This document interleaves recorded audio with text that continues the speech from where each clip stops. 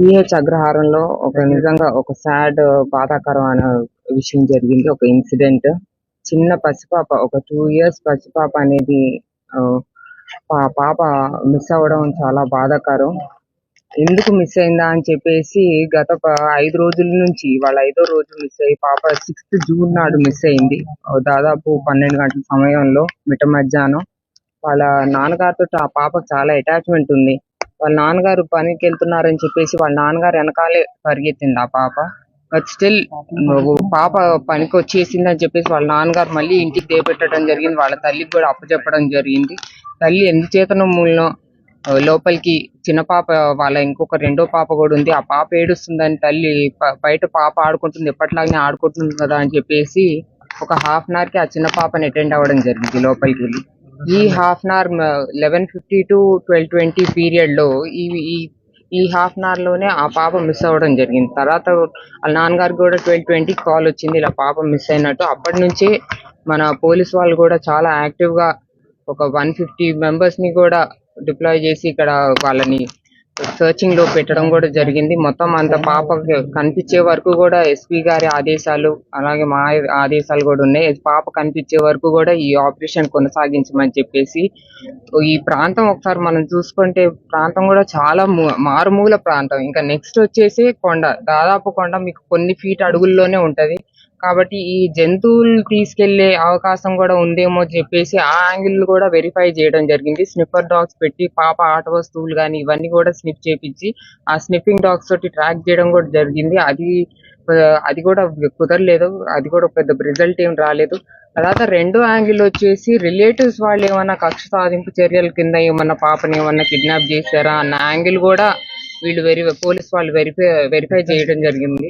ఇప్పుడే నేను పేరెంట్స్ ని అడిగాను వాళ్ళకి ఏమన్నా ప్రాబ్లమ్స్ ఉన్నాయా, ఎవరితో ఉన్నాయా, ఎవరన్నా అప్పులు తీసుకొని కొట్టడం కానీ ఇలాంటివి ఏమన్నా జరిగాయని వాళ్ళ పేరెంట్స్ ని కూడా అడగడం జరిగింది. వాళ్ళు కూడా చెప్పింది ఏంటంటే ఎప్పుడో ఒకసారి మాకైతే కార్ ఇన్సిడెంట్ మీద, కార్ ఏదో విషయం మీద వాళ్ళకి పెద్ద గొడవ అయిందమ్మా, పెద్ద పంచాయతీ అయ్యింది అన్నారు. ఆ కోణంలో కూడా పోలీస్ వాళ్ళు వాళ్ళని వెరిఫై చేయించారు.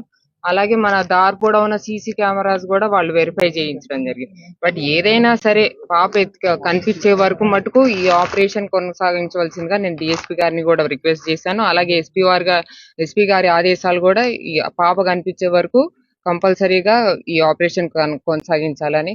అలాగే వీళ్ళకి ఒక పెంపుడు కుక్క అనేది ఉంది. ఆ కుక్క ఎప్పుడు కూడా పాపతో బాగా అటాచ్మెంట్ ఉంది. ఆ కుక్క కూడా ఇప్పుడు ఆ పాపతో పాటు ఆ కుక్క కూడా అబ్స్కాండింగ్ లో ఉంది. ఆ కుక్క కూడా కనిపించట్లేదు. ఎందుకో 4వ రోజు నిన్న ఆ కుక్క ఇంటికి వచ్చిందంట. సో వీళ్ళందరూ చాలా ఒక ఆశాభావంతో వీళ్ళందరూ కుక్క ఇంటికి వచ్చేసింది, పాప కూడా ఇంటికి వస్తుంది. చిన్న పాప, 2 ఏళ్ల పాప. అసలు నిజంగా ఆలోచిస్తే 2 ఏళ్ల పాప దరిదాపుల్లో ఎక్కడో, అంతకన్నా దూరం వెళ్ళ, చుట్టూతా చూస్తేనేమో పొదలు, అందులో వర్షాకాలం మొదలైంది, పొదలన్నీ ఫుల్ గా వచ్చేస్తున్నాయి. అసలు పాప కూడా 2 ఏళ్ల పాప ఎంత దూరం అని వెళ్తుంది అనుకుంటాం మనం కూడా.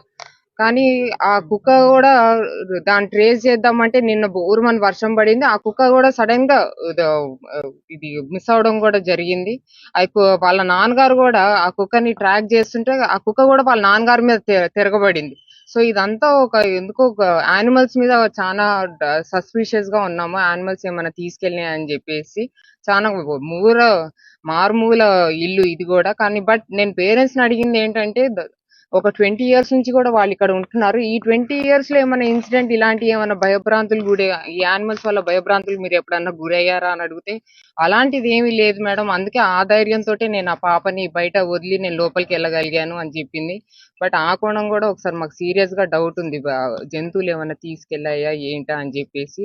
బట్ డ్రోన్స్ ద్వారా మొత్తం అంత ఆపరేషన్ కూడా కొనసాగిస్తున్నారు. పాప ఎలాగైనా తల్లిదండ్రులు చేరవేయాలి మా ఆశ. దేవుడు నిజంగా మాకు దీనిలో హెల్ప్ చేయాలని ప్రార్థిస్తున్నాను. Thank you very much.